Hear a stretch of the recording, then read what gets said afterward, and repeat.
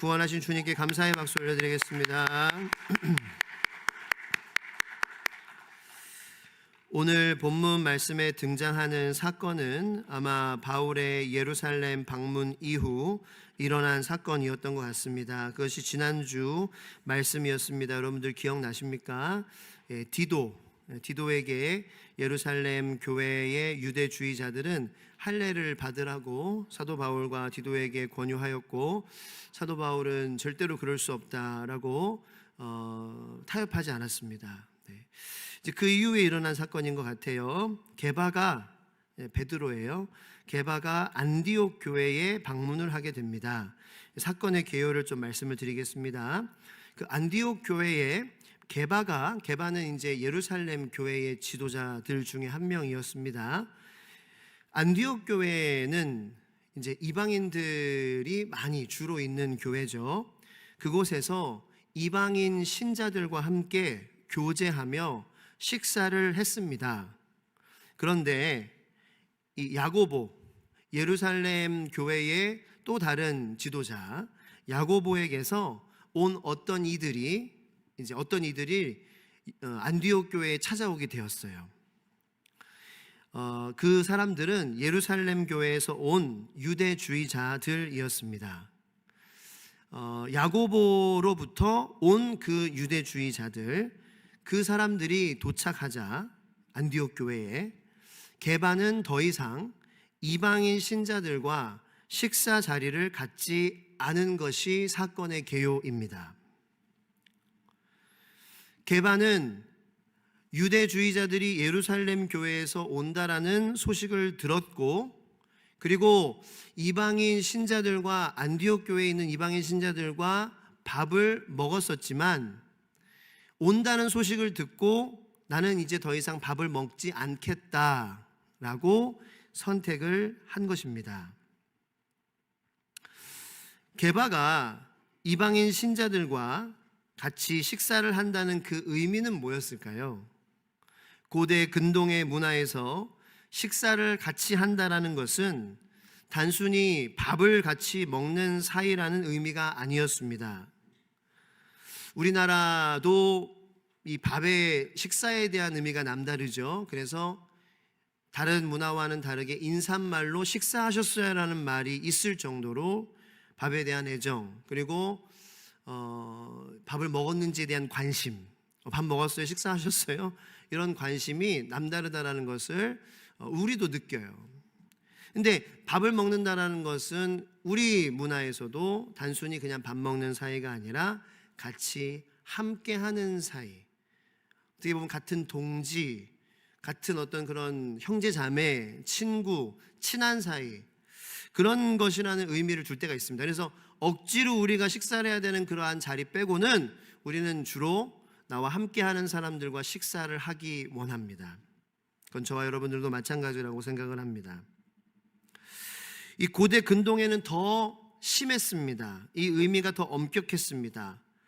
고대의 군사 동맹 체결식이나 아주 중요한 언약식들에서 이 종종 식사 자리를 함께하는 경우가 있었습니다. 즉 식사하는 행위는 함께 겸상하고 있는 상대방을 나와 완전히 같은 편으로 인정하는 것이었습니다. 게바가 안디옥 교회에 이방인 신자들과 함께 식사를 했다라는 것의 의미는, 나는 당신을 있는 그대로 그리스도 예수 안에서 동일한 신앙을 가진 형제 자매로 인정합니다 라는 메시지였습니다.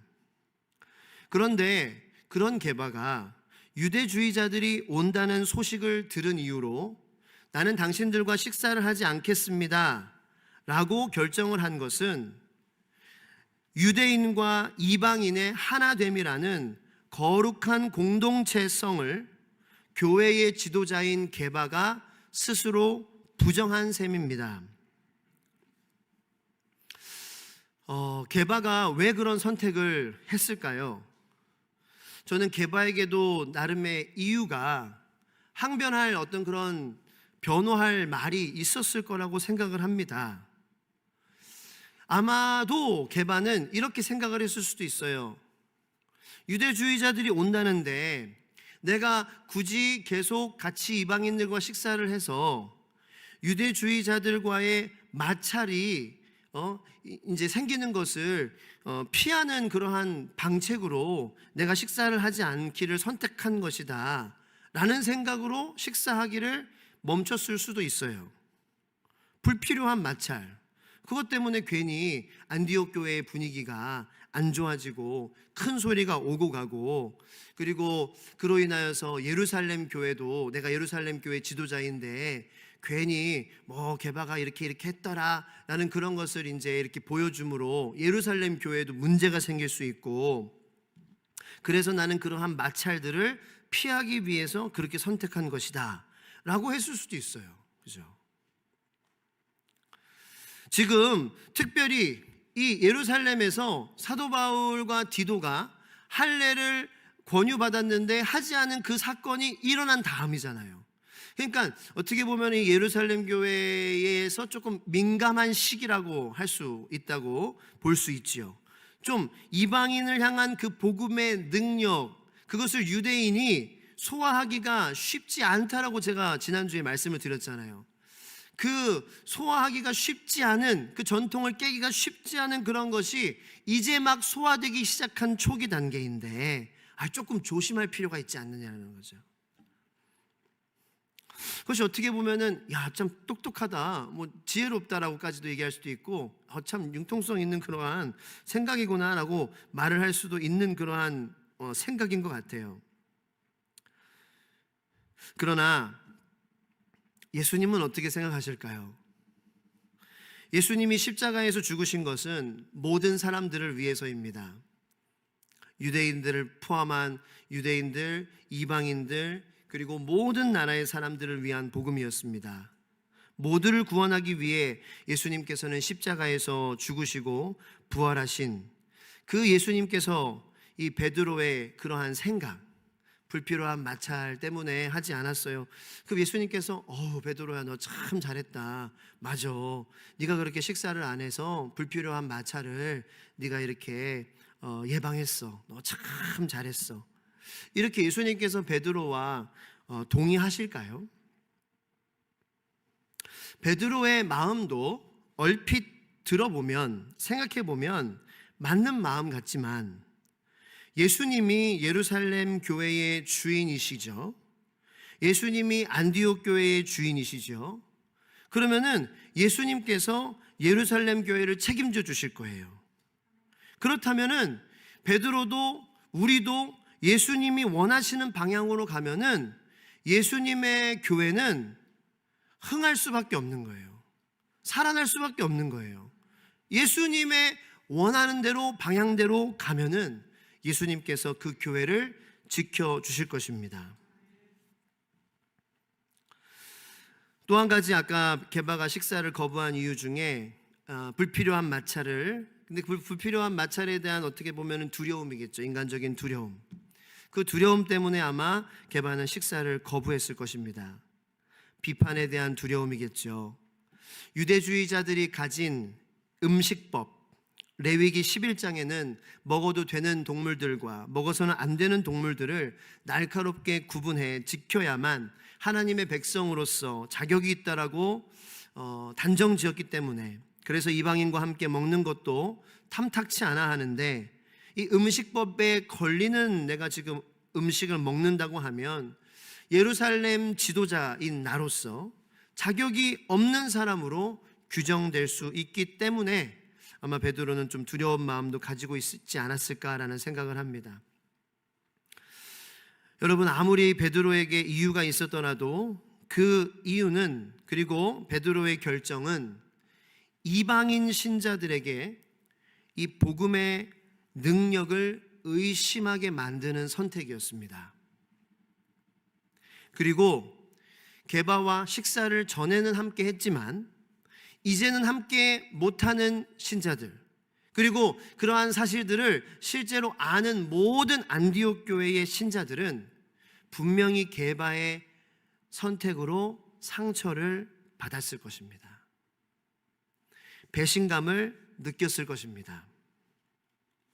자신들이 믿고 따르는 교회의 교사이자 사도인 게바가 이방인으로서 신자된 자신들과의 관계를 단절하는 것과 다를 바 없는 행동을 저지르게 된 것입니다.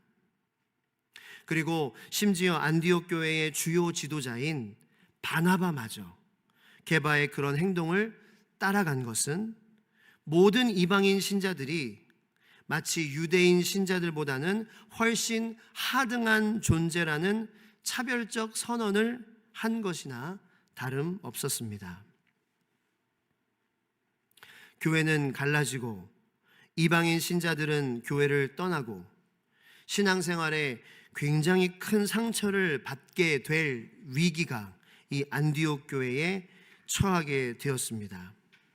그리고 사도 바울은 이 게바의 행동을 외식이라 표현했습니다. 이 외식이라는 단어는 위선이라고도 번역될 수 있는데요, 이 단어는 복음서에서 예수님이 가장 심하게 비판하신 바리새인과 서기관들의 죄악이었습니다. 게바가 아무리 좋은 뜻으로 식사하기를 거부했다고 하더라도 그 선택은 복음의 본질을 훼손했습니다. 공동체를 파괴하는 심각한 결과를 낳는 어리석은 행위였습니다. 즉, 게바의 결정은 이방인들에게도 유대주의자들에게도 그 마음의 벽을 둘 다 세우는 일을 초래했습니다. 그러나 예수님의 복음의 능력은 벽을 허물며 다리를 세우는 능력입니다. 베드로는 자신이 복음을 위해서 그런 줄로 착각하지만 결과를 보면 벽이 허물어진 게 아니라 오히려 더 양쪽에 세워졌어요. 그런데 예수님의 복음의 능력은 이 벽을 허무는 능력이라는 거예요. 즉, 사람의 눈에는 괜찮아 보이는 결정일지라도 그것이 복음의 본질을 패하는 결정일 수가 있다라는 것입니다. 그래서 우리는 온전한 순종을 해야 합니다. 복음에 대해서는 하나님 앞에 우리가 대안을 낼 여지가 없어요. 복음에 대해서는 온전히 엎드려져야 돼요. 그래야 결국에는 복음의 능력인 십자가로 말미암아 벽이 허물어지게 되는 역사를 우리는 체험하게 될 것입니다. 그래서 우리는 늘 깨어 있어야 된다는 거예요. 깨어 있기 위해서는 우리는 늘 기도해야 된다는 거예요. 그리고 기도만 해야 된다는 건 아니라 말씀으로 기도해야 된다는 거예요. 네. 말씀을 읽어야 하는 이유, 기도해야 하는 이유, 늘 십자가를 바라보기를 포기하지 않고 끙끙대야 하는 이유가 여기에 분명히 기록되어 있어요. 게바는 무식한 사람이 아니에요. 물론 어부이지만 어부라고 무식하지 않잖아요. 이제는 성령도 받은 사람인데, 이제는 한 교회에 엄연한 예루살렘 교회에 손꼽히는 지도자 중에 한 명인데, 그런 게바도 이런 한 교회를 무너뜨리는 사람들의 마음에 상처를 주는 결정을 할 수 있다라는 거죠. 저도 이 위험에 노출되어 있어요. 나이가 많으신 분들도 이 위험에 노출되어 있어요. 어린 자녀들도 이러한 위험에 노출되어 있어요. 그래서 우리는 늘 주님을 의지해야 해요. 항상 하루의 시작이 그래서 나는 모릅니다 라고 시작해. 이게 아주 안전한 시작이에요. 한번 따라해 보시기 바랍니다. 나는 모릅니다. 저는 이 교회를 어떻게 목회해야 될지 저는 몰라요. 근데 모른다고 해서 무책임하다는 건 저는 책임을 질 마음의 준비가 되어 있어요. 근데 어떻게 할지는 몰라요. 어떻게 이 교회를 운영해야 될지 모르겠어요. 그냥 하나님이 그때 주시는 그러한 마음에 온전히 순종하게끔 하나님 저를 붙잡아 주세요 라고 기도하는 것밖에 제가 이 교회를 잘 할 수 있는 능력은 그거밖에 없어요. 하나님이 역사해 주셔야 돼요. 네. 근데 이거는 담임 목사만의 몫일까요? 그리고 교회만 그렇게 돼야 될까요? 여러분들의 가정은 그렇게 돼야 되지 않나요? 여러분들의 가정도 나는 모릅니다요. 나는 우리 가정이 어떻게 이렇게 가정이라는 게 이루어졌는지 모르겠어요. 지금도 모르겠어요. 지금도 어떻게 애들을 키워야 될지 모르겠어요. 어떻게 애들이 하나님을 사랑하는 자녀들이 될지 모르겠어요. 뭐 이렇게 하면 된다라는 그러한 길이 딱 정해져 있나요? 이 세상은 그렇게 정해졌다고 생각하죠. 뭐 어디를 가고 이런 자격증을 따고 이렇게 하면 딱딱딱딱 되고 그다음 딱딱 돼. 그렇게 돼가지고 지금 결과는 어떻습니까? 이 자녀들의 마음이, 사람들의 마음이 정상적이지 않아지게 되고 있잖아요. 그렇죠? 그러니까 안다고 생각했을 때에 지금 안다고 생각한 우리 문명이, 안다고 생각한 그러한 산업 혁명의 세대의 우리 나라가, 안다고 생각하는 그러한 사람들이, 그럼 안다고 생각하고 이렇게 하면 잘 살 거야, 이렇게 하면 행복할 거야, 그러면 점점 더 행복한 나라가 돼야 되는데 그렇지 않다.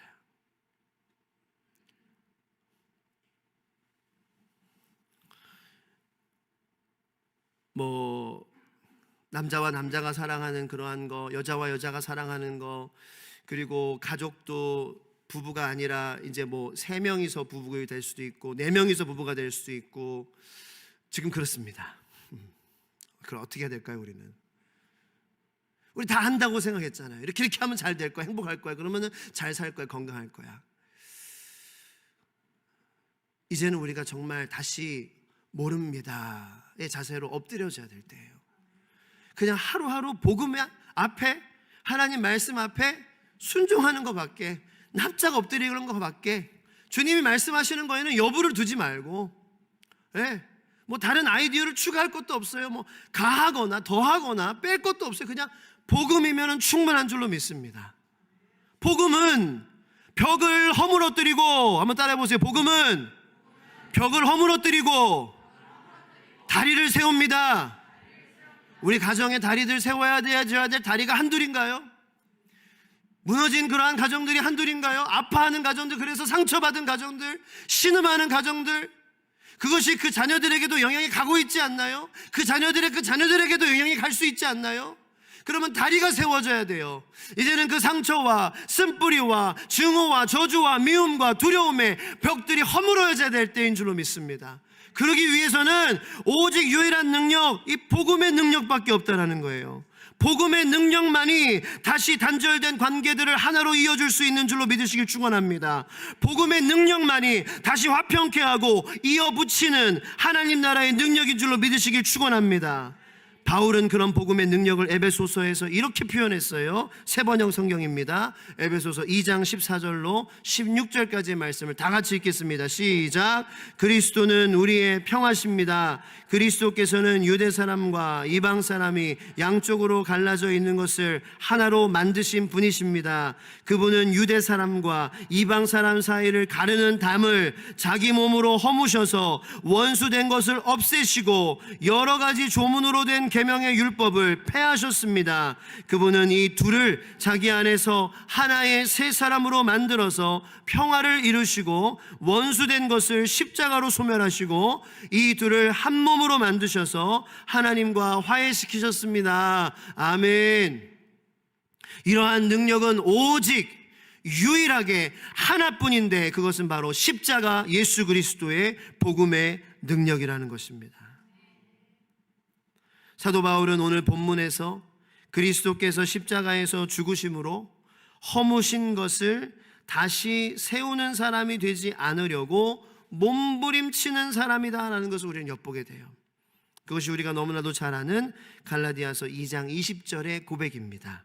다 같이 한번 갈라디아서 2장 20절, 오늘 본문 말씀이에요. 갈라디아서 2장 20절 말씀, 내가 그리스도와 함께, 시작. 내가 그리스도와 함께 십자가에 못 박혔나니 그런즉 이제는 내가 사는 것이 아니요 오직 내 안에 그리스도께서 사시는 것이라.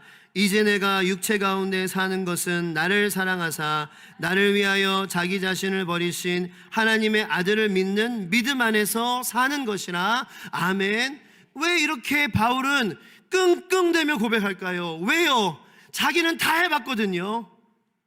유대교의 심취한 자로서, 가말리엘의 제자로서, 바리새인 중에 바리새인으로서 할 거는 다 해봤어요.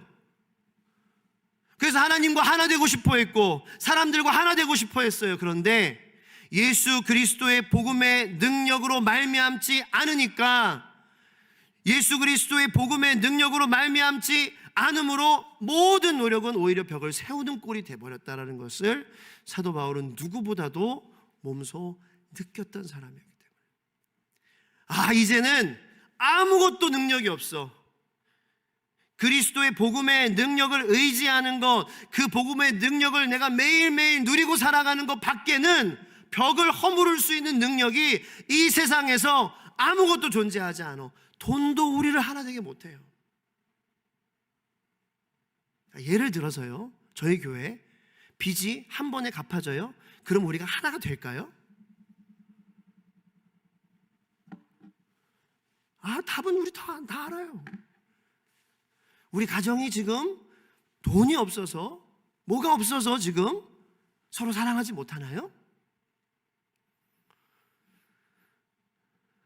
우리 교회의 빚 문제가 한 번에 단번에 해결된다고 하더라도 그것이 우리를 하나 되게 만들지 못합니다.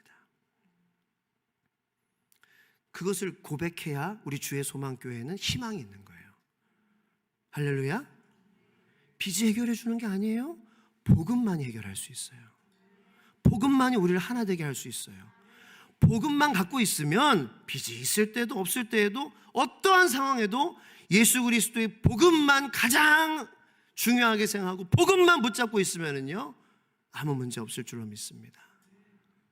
그래서 모든 상황에서의 우리가 체크해야 될 체크 포인트는 우리는 지금 예수 그리스도의 복음의 능력만을 믿고 있느냐라는 거예요. 참 어려워요, 이게. 그래서 기도해야 돼. 다시 그래서 말씀 봐야 된다는 거예요. 잘 알려진 예화인데요, 제가 조금 잘 확신하지가 않아서 변형해서 좀 말씀해 드리겠습니다. 어떤 사람이 죽어서 천국에 갔어요. 천국 문에 들어가기 전에 그가 문 앞에 서 있는 사도에게 질문하고 대화가 이어졌습니다. 천국에 간 사람이 사도에게 물어봤습니다. 사도님, 지금 저 안에는 우리 주 예수 소망교회, 우리 대한예수교 장로교, 우리 장로교인들이 들어가 있겠죠? 그러니까 사도가, 아니, 저 안에 장로교인들은 없다. 이런. 그러면은, 그래, 우리 최주성 전사님 침례교 출신이니까 우리 침례교인들이 여기 들어가 있단 말입니까? 아니다. 여기에는 침례교인들도 없다. 아니, 감리교인들이 여기 안에 있겠네. 아니다. 감리교인들도 없다. 맙소사. 그렇다면 가톨릭 신자나 성공회 교인들이 천국에 간 것이군요. 아니다. 가톨릭 교인들, 성공회도, 루터교, 동방정교회 성도 또한 천국에 존재하지 않는다. 큰일 난 거예요, 이제. 대체 그럼 누가 천국에 들어가 있단 말입니까? 그러니까 이 사도가 이렇게 얘기합니다. 이 문을 넘어서면 그 안에는 장로교인도, 침례교인도, 감리교인도, 가톨릭 신자도, 성공회나 동방정교회 신자도 없음을 보게 될 것이다. 천국에는 오직 그리스도인들만 존재할 뿐이다.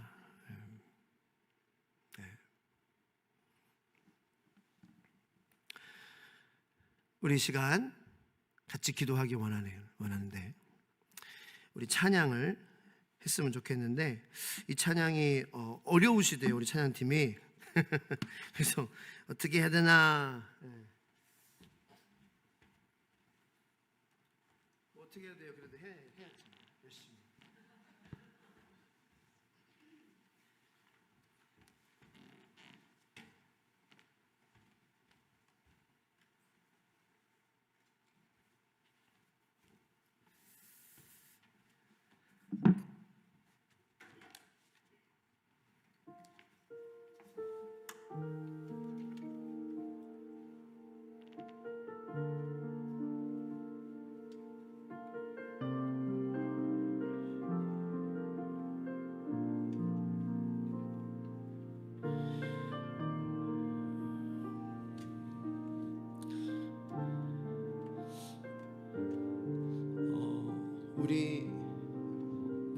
그리스도인들이 됐으면 좋겠어요. 싱어분들도 가능하면 나오셔서.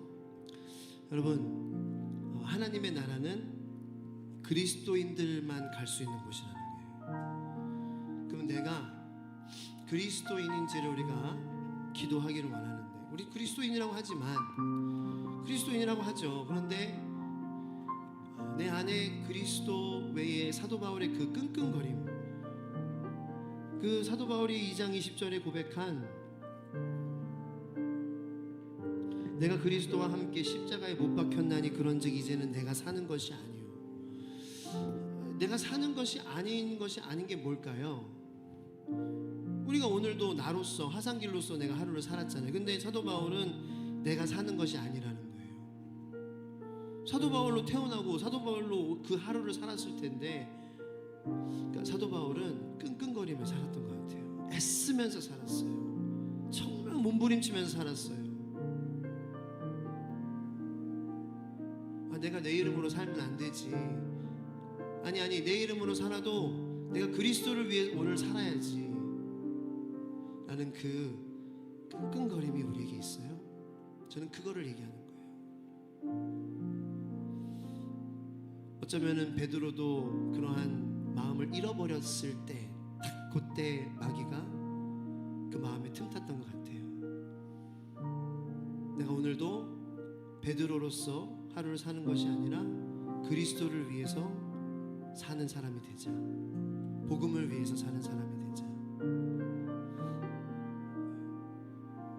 그래서 오직 예수라는 찬양이고, 이 찬양을 하면서 정말 오직 예수님 밖에 없다라는 것을 정말 주님이 우리의 마음을 만져주셔서 여러분들에게 알려주시는 것 외에는 사실 뭐 그런 갈급함의 능력이 저에게서 나오는 것이 아니죠.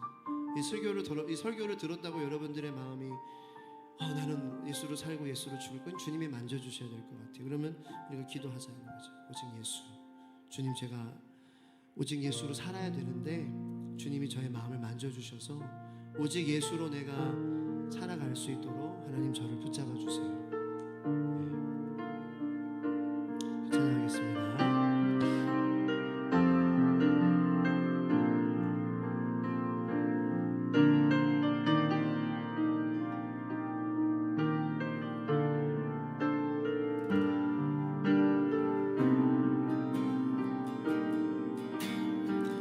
불은 다 꺼주시고, 예수 안에 능력이 있네.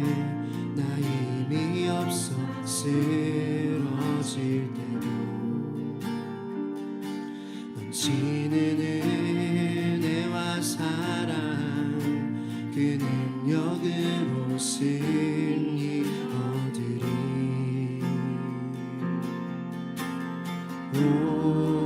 나는 인생의 성공을 너무 소중히 여겼네. 세상 영광보다 귀한 주님의 그 은혜, 오직 예수 나의 믿음, 십자가 능력 속에 빛나는 영광, 내 모든 승리로 주님께 영광을, 나의 힘 나의 소망 오직 예수. 예수 안에 영광이 있네. 예수 안에 영광이 있네. 주 은혜로 나 구원 얻으네. 오직 주의 은혜로서 나의 부족함 이길 수 있네. 난 이제 세상 명예보다 주님 알기 원해. 주의 축복 감사 감사하며 주의 영광 높이리. 오직 예수 나의 믿음. 십자가 능력 속에 빛나는 영광. 내 모든 승리로 주님께 영광을. 나의 힘 나의 소망 오직 예수. 나의 믿음 나의 믿음. 십자가 능력 속에 빛나는 영광. 내 모든 승리로 주님께 영광을. 나의 힘 나의 소망 오직 예수. 우리 이 시간 함께 기도하기 원합니다. 함께 기도할 때에 주님 그리스도로 살고, 기도 제목이 보여주셨으면 좋겠고요. 그리스도로 살고 그리스도로 죽는 저희들 되게 하여 주시옵소서.